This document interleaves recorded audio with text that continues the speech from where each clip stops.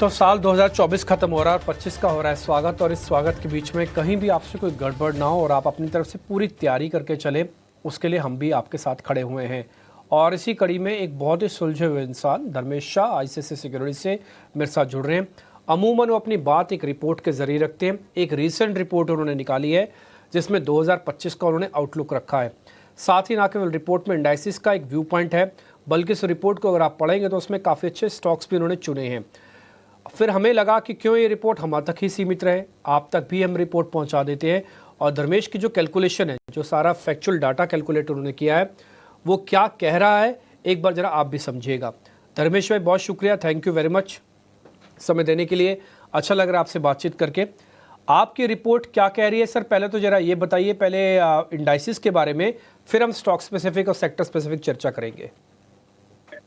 So good morning, Dimbi ji, and thank you for inviting me on your show. Yes, definitely, I think good morning so. देखिए अब अभी का market का sir. Sentiment देखे तो we are I think so in a very pessimistic sentiment I think so and the best part of the market is that कि 2025 में हम जब एंटर मार रहे हैं तभी कहीं ना कहीं हम बहुत पेसिमिज्म के साथ एंटर मार रहे हैं। तो आई think so that is something big positive, anything positive milder on the government side or on the fundamental side, I think so that could flare up the market on the higher side. So yes, 2025 का जो हमने report जो बनाया, we remain to be constructive positive for the Nifty. Yes, हो सकता है कि zigzag movement होगी, जैसे कि जनवरी का महीना है तो वहां पे आपको वॉलेटिलिटी देखेगी क्योंकि काफी चीजें हो रही है। एक तो आपकी अर्निंग सीजन चालू हो जाएगी, फिर आपका डोनाल्ड ट्रम्प की 28 जनवरी को जब वो टेक ऑफ द ऑफिस करेंगे तो कहीं ना कहीं वहां पे भी एक पॉलिसी अनाउंसमेंट होगी।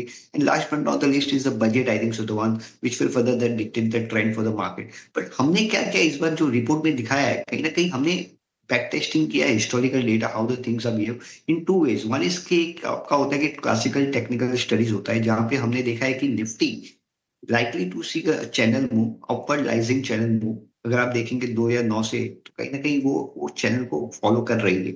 और शॉर्ट टर्म की बात करें, मीडियम टर्म की बात करें तो 2020 से जो भी चैनल चल रही थी उसी को उन्होंने फॉलो किया है। तो जो चैनल की अपवर्ड वैल्यू जो आ रही है नेक्स्ट ईयर की 2029 की, कहीं ना कहीं वो आ रही है 29,000 के आसपास, मतलब 28,800 29,000 के आसपास आ रही है। Lower band of the channel की जो वैल्यू आ रही है वो कहीं ना कहीं 22,000 के आसपास आ रही है। तो we will in all this 2020 to 24 काफी नेगेटिव न्यूज आने के बाद भी जो lower end of the trend line थी उसको रिस्पेक्ट निफ्टी ने दिया है।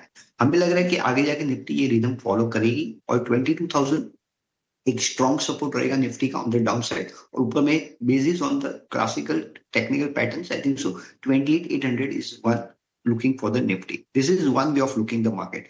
दूसरा तरीका है कि हिस्टोरिकल डेटा में हम टेक्निकल में 52 वीक ईएमए को काफी इंपॉर्टेंस देते हैं। जब 52 वीक ईएमए की बात आती है तो हम लॉन्ग टर्म चार्ट देखते हैं और लॉन्ग टर्म चार्ट में हमने देखा है सिंस 1996 से अब तक जब भी निफ्टी ने 52 वीक ईएमए के आसपास आई है या उसको ब्रेक भी अगर किया है, ऐसा जरूरी नहीं कि हर बार वो सपोर्ट ले, ब्रेक भी किया है तो 5 से 6 टके का ड्रॉडाउन नीचे में पकड़ के चलिए तो वो भी कहीं ना कहीं सपोर्ट आता है 22,000 के आसपास। इस बार भी निफ्टी का अगर आप 52 वीक ईएमए देखे तो कहीं ना कहीं 23,300 के आसपास था। वहां से हमने देखा है कहीं ना कहीं अभी एक कंसोलिडेशन हो रहा है और पोस्ट 52 वीक ईएमए टेस्टिंग होने के बाद the next year return is minimum 18 to 20%। तो कहीं ना कहीं हिस्टोरिकल डेटा देख के कहीं ना कहीं लग रहा है कि हो सकता है कि market maybe in the short term we can see a consolidation in 52 week EMA. Even if it break down one should not get too much negative for the market. ज्यादा नेगेटिव होने की जरूरत नहीं है क्योंकि history कहीं ना कहीं कहती है कि हाँ, आने के बाद नेक्स्ट एक साल में निफ्टी का जो रिटर्न है कहीं ना कहीं 18 से 20 टका है। Third way of looking at the market is कहीं ना कहीं आजकल अपने यहाँ पे काफी चीज हो रही है कि एफआई सेलिंग है। I think so that is the most noise happening in the market. If you look go back to the historical data since 2008 to 2020, कहीं ना कहीं देखा गया है कि जिस क्वार्टर में एफआई का सेलिंग मोर देन 30,000 के आसपास रहता है, कहीं ना कहीं उसके बाद एक आध quarter plus minus FIs are coming back into the market. That is one. And second, the average return of the Nifty post 1 year after FI selling is something around 18 to 20%.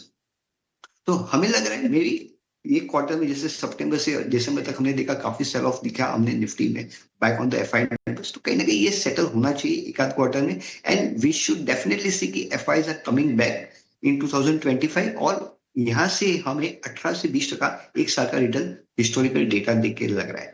Third way again election years, generally हम election year का भी हमने देखा last 12 साल का since 1980 से अब तक post election year has always been positive for the market except two times in 1998 and 2000 and 2008 जहां पे नहीं था निफ्टी। तो कहीं ना कहीं ये भी एक डेटा डेटा है कि कहीं ना कहीं इलेक्शन का एक साल के बाद government will be back in action in terms of capex spending in terms of policies. I think so.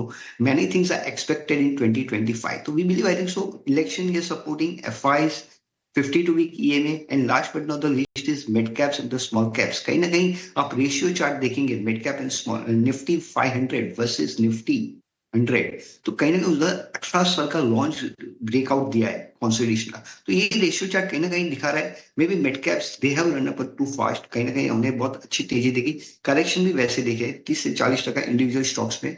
May be यहाँ से quality stocks in mid cap should be the focus, क्योंकि लग रहा है हमें कि looking at the ratio chart Nifty mid cap should relatively outperform the benchmark going forward. So overall, I think so. All things putting together, I think so. We believe 2025 maybe the year maybe a too volatile. Again, I repeat कि हो सकता है कि volatility काफी रहेगी, एक zigzag movement मिलेगी, पर हमें डरना नहीं है। हमें लग रहा है कि buy on dips वाला market definitely होगा। Maybe first quarter there could be a turbulence happening in terms of volatility, but we believe overall 2025 should be positive for the market for target of 28,800.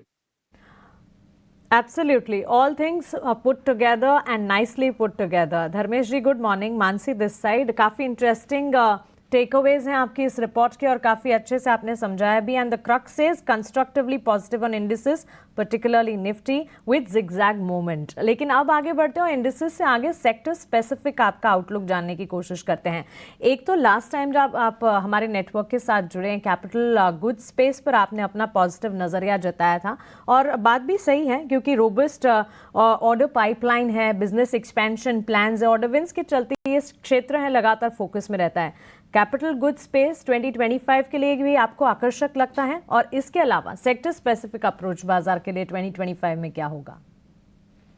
So good morning Mansi ji, definitely I think so जैसे कि हमने इस बार भी जो analysis की है sector specific की कैसे कौन से सेक्टर्स अच्छे करेंगे, तो वहां पे भी हमने हमारे इन हाउस टेक्निकल फिल्टर्स रखे थे.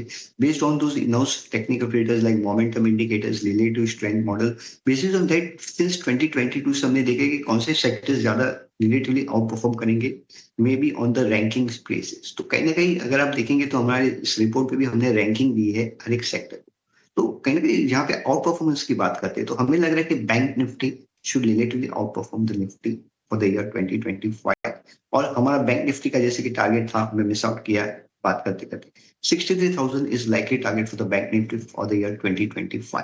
तो bank Nifty is one where we remain to be positive for. Apart from bank Nifty capital goods, जैसे कि हमने देखा कि 2024 में गवर्नमेंट कैपेक्स काफी हुआ नहीं था, may be because of first half of elections and extended rainfall. We believe second half we should definitely see government spending improving in the year 2025. And that is again augurs well for overall capital goods sector. तो हमें लग रहा है capital goods as a sector definitely देखना चाहिए. Apart from that BFSI services, मतलब कि कहने का मतलब फाइनेंशियल सर्विसेज, आई थिंक सुना यहाँ पे ब्रोकिंग इंडस्ट्रीज भी आती है, आपकी एएमसीज भी आती है. ये सब नए सेक्टर्स जो खड़े हो रहे हैं, मतलब इतने साल में अगर आप देखेंगे तो this sectors was never in limelight. I think so we believe, I think so हमने एक इसका भी एक सेक्टर बनाया है एएमसीज एंड ब्रोकिंग का. तो वो भी कहीं ना कहीं दर्शा रहा है कि maybe 2025 is overall positive for financial services. Apart from that bargain buy, now bargain buy are the part जहाँ पे रिस्क रिवॉर्ड काफी फेवरेबल रहता है सेक्टर्स का.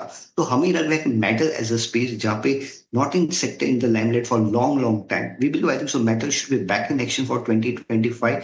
Apart from metals PSUs, I think so the most important यहाँ पे है कि पीएसयू में क्या करना चाहिए, क्योंकि काफी क्वेश्चन वहां पे ही आती है कि यार क्या पीएसयू की तेजी खत्म हो गई है क्या. हमें लग रहा है कि PSU are the leaders of this bull market and they continue to be the leaders going forward. तो PSUs में हो सकता है कि रन अप में टू फास्ट काफी दौड़ ज्यादा थी, तो कहीं ना कहीं थकान थी, तो कहीं ना कहीं थाक खा रहे थे. तो we believe I think it's more of a breather happening in the PSU. Maybe time wise consolidation can not be ruled out, but we believe कि यहाँ पे जो भी क्वालिटी बिजनेसेस है जैसे कि defence, railways, oil and gas, I think so यहाँ पे PSUs में डेफिनेटली देखना चाहिए कि PSUs as a sector remain to be positive for. Last but not the least is PSU banking, I think so the one. यहाँ पे अभी देखें कि लास्ट 6 महीने में अगर आप देखेंगे काफी करेक्टिव फेस हो रहा है PSU बैंकिंग में. और यहाँ से हमें लग रहा है कि may be the price wise and time wise corrections are done for PSU banks and we remain to be constructive positive for PSU banks from the current levels. PSU banks हो गई आपकी, PSUs हो गए, capital goods, banking, auto, I think so the one where we will see a more of a stock specific action happening in auto. And last but not the least is IT. Again we believe I think so IT में भी जैसे कि आपने देखा होगा कि last 2 साल का 21 के बाद 22-23 was more of a consolidation to corrective phase. We believe IT, we remain to be constructive positive. Maybe I think so post Donald Trump elections आने के बाद हो सकता है कि आपकी कॉर्पोरेट टैक्स कट की बात हो रही है यूएस में और strong dollar again I think so both this are looking positive for IT and कहीं ना कहीं अगर आप कमेंट्री भी देखेंगे जहां पे इन्फोसिस हो या TCS they seems to be on the improving side for 2025. So we believe I think so IT as a sector also will be on the positive side. ठीक है, तो धर्मेश जी ने मौके कहाँ पर बन रहे हैं आपके लिए बाजार में, उसके बारे में भी विस्तार से चर्चा कर ली है। धर्मेश जी नमस्कार, अभिषेक बोल रहा हूँ मैं दिल्ली स्टूडियो से। एक आखिरी सवाल मेरा ये होगा कि बाजार के लिए जोखिम कौन कौन सी हो सकते हैं 2025 में, क्योंकि मैं इसलिए पूछ रहा हूँ क्योंकि अगर मैं अमेरिका में देखूं तो ट्रंप की ताजपोशी होगी, H1B वीज़ा वाला मुद्दा फिर से गर्म हो गया है, वर्ल्ड बैंक ने चाइना का जो ग्रोथ का अनुमान है 2024-25 के लिए उसको बढ़ाया है, जापान ने अपना बजट जारी किया है जो पिछले साल से करीब 3% ज़्यादा है, बाकी रूस यूक्रेन मिडिल ईस्ट वाले मुद्दे तो वो चल ही रहे हैं। तो रिस्क कौन कौन से हैं और कौन से सेक्टर को लेकर थोड़ा सा ज़्यादा कॉशियस रहना चाहिए 2025 में? डेफिनेटली 2025 में जैसे आपने कहा अभिषेक जी की डेफिनेटली डोनाल्ड ट्रंप आने के बाद क्या पॉलिसीज आती है आई थिंक और इम्पैक्ट वर्ल्ड पे क्या आती है I think that is more important to I think so the most important risk is for 2025 I think so the US I think so काफी यूएस मार्केट चल चुका है, मतलब अगर आप देखेंगे तो movement has it happening in the S&P been super in last 1 year and has been relatively outperforming the even Indian market. तो कहीं ना कहीं yes definitely policies की impact तो definitely रहेगी, but apart from that हमें लग रहा है कि I think so more market will definitely look how the China stimulus post Donald Trump reactions on the tariff. I think so how China will behave. I think so कितना वहाँ पे stimulus package आता है उसकी impact Indian market पे कितनी रहती है. I think so definitely वो भी एक रहेगा. दूसरा है कि geopolitical I think so जैसे कि बात हो रही है कि पोस्ट डोनाल्ड ट्रंप आने के बाद there could be some peace talk happening between Ukraine and Russia. I think so वो भी कहीं ना कहीं पॉजिटिव होना चाहिए, बट अगर नहीं होता है तो कहीं ना कहीं थोड़ा जियोपॉलिटिकल मिडिल ईस्ट वाला भी एक रिस्क हो सकता है. But putting all things together जब मैं ये रिपोर्ट बना रहा था उस वक्त भी मैंने देखा कि काफी चीजें वहां पे भी इवेंट हुई थी, but after all that market manage to take out all this risk and close on the positive side. So we believe I think so risk will always be there. मेरा कहना है कि not investing in equity market is the biggest risk. One should definitely invest in the equity. Sectors की बात करें जहाँ पे risk लग रहा है हमें तो रियल एस्टेट सेक्टर एक हो सकता है कि जहाँ पे हमने मूवमेंट काफी देखी है लास्ट 2 साल में, तो हो सकता है वहां पे अगर थोड़ा भी मतलब नेगेटिविटी आती है या अगर हम इंटरेस्ट रेट का जो एक्सपेक्टेड है फरवरी में नहीं हुआ थोड़ा एक्सटेंडेड हो जाए तो वहां पे एक हो सकता है कि सेल ऑफ हो सकता है. तो real estate as a sector यहाँ पे हमें लग रहा है कि थोड़ा हो सकता है प्लस माइनस देखना चाहिए. और कहीं ना कहीं जैसे मेटल्स तो मैंने कहा ही है कि पॉजिटिव है, पर अगर चाइना में मेजर स्लो डाउन होता है then that could impact the metals as a sector. But overall I think so we believe I think so industrials, capital goods and banking I think so the one they should definitely be on the focus side.